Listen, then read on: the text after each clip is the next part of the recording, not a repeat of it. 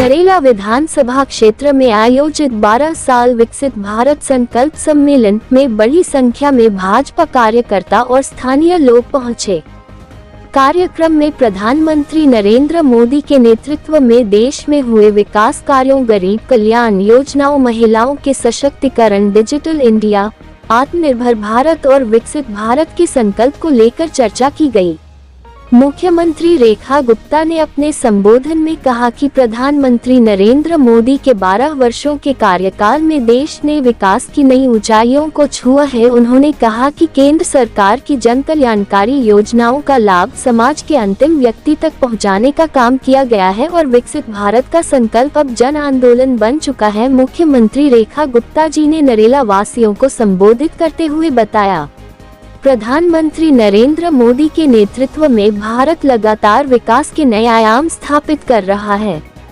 हमारा संकल्प है कि विकसित भारत के सपने को साकार करते हुए हर नागरिक तक विकास की रोशनी पहुंचे। सम्मेलन में भाजपा नेताओं ने कहा कि देश भर में विकसित भारत संकल्प सम्मेलन आयोजित कर केंद्र सरकार की उपलब्धियों और आगामी विकास योजनाओं को जनता तक पहुंचाया जा रहा है।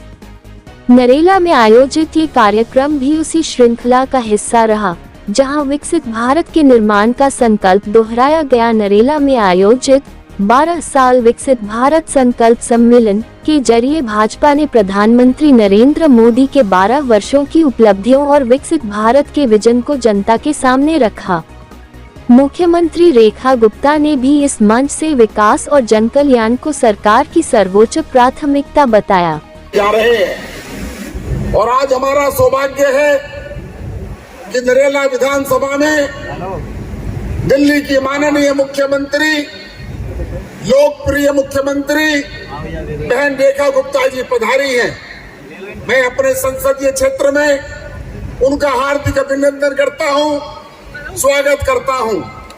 उन्हीं के साथ साथ अभी राजकरण खत्री जी जो अपने कामों का गुणगान कर रहे थे, सारा का सारा पैसा माननीय मुख्यमंत्री जी ने दिल्ली की 70 विधानसभाओं में दिया है और लगातार हमारे कर्मठ विधायक क्षेत्र के अंदर घूम घूम कर, जैसा उन्होंने बताया कि 36 गांव आते हैं, 36 के 36 गांव में काम चल रहा है। बुदरवास कॉलोनी में काम चल रहा है, अनऑथराइज कॉलोनी के अंदर काम चल रहा है। दिल्ली की सरकार जो नरेंद्र मोदी जी के आह्वान पर आप लोगों ने चुना था, आपके निर्णय को सही साबित करते हुए दिल्ली की लोकप्रिय मुख्यमंत्री लगातार दिल्ली के लोगों के लिए ज्यादा से ज्यादा सुविधाएं हो उसका प्रयास कर रही हैं। बोलो मनसा देवी की। भाई लोग ज्यादा हैं, आवाज कम है, यूं तो काम नहीं चलेगा भाई।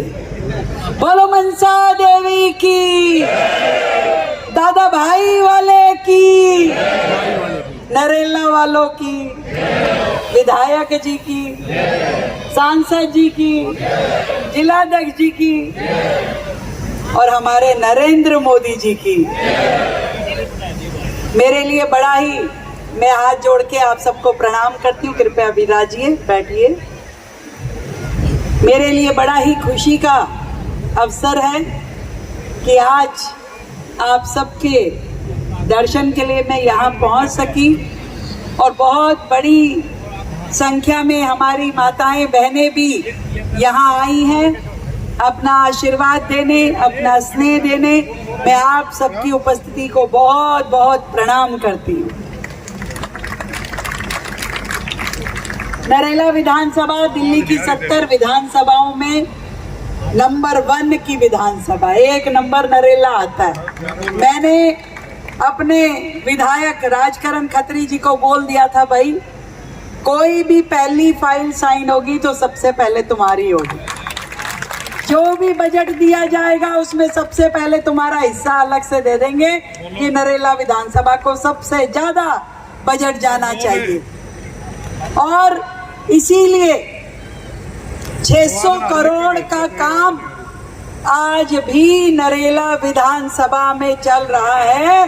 इसकी तारीफ यदि फंड देने तो मेरा काम था, पर फंड लेने वाले भी तो होने चाहिए जो फाइल बना के लाएं, जमीन पे काम करें, ये देखें कि क्षेत्र की जरूरत क्या है, कहाँ नाली बननी है, कहाँ पे सड़क बननी है, कहाँ पे स्कूल बनना है। ये सारे कामों का जायजा लेकर के हमारे विधायक जी फाइल लेकर के जब मेरे पास आते थे तो मीठे मीठे में बहन जी चाय पीनी है। मैं कहा जो भी चाय पीनी है तो चाय पीने आवे और 100 करोड़ ले जावे। 4-5 बार हो गया तो मैंने कहा चाय तो न भाई बराजकरण जी बहुत महंगी है तुम्हारी, कि जितनी बार भी आओ। फिर मैंने कहा तुम आओ मत, मैं यहीं बैठे बैठे 10-20 करोड़ दे देती हूँ, तुम आते हो तो 100 करोड़ का नुकसान कराते हो। पर उनका कहना मुझे सही लगा। योगेंद्र जी भी हमेशा इस बात की चिंता करते हैं कि ये विधानसभा इतनी बड़ी है, जनसंख्या की दृष्टि से भी, वार्ड की दृष्टि से भी, कि इसका क्षेत्रफल इतना बड़ा है कि यहाँ कामों की आवश्यकता बहुत ज़्यादा है। और दूसरा कारण ये भी है कि इससे पहले के जो जनप्रतिनिधि थे उन्होंने कभी इस विधानसभा पे ध्यान नहीं दिया, ना यहाँ की सड़कों का ध्यान दिया, ना यहाँ पे कभी कॉलेज स्कूल के लिए काम किया, ना कभी बस डिपो के लिए, ना कभी मेट्रो के लिए। इस कारण से हमारी ये नरेला विधानसभा, यहाँ के लोग हमेशा अपनी परेशानियों में परेशान रहे। हमेशा वो काम जो इस विधानसभा में होने चाहिए थे हो नहीं पाए।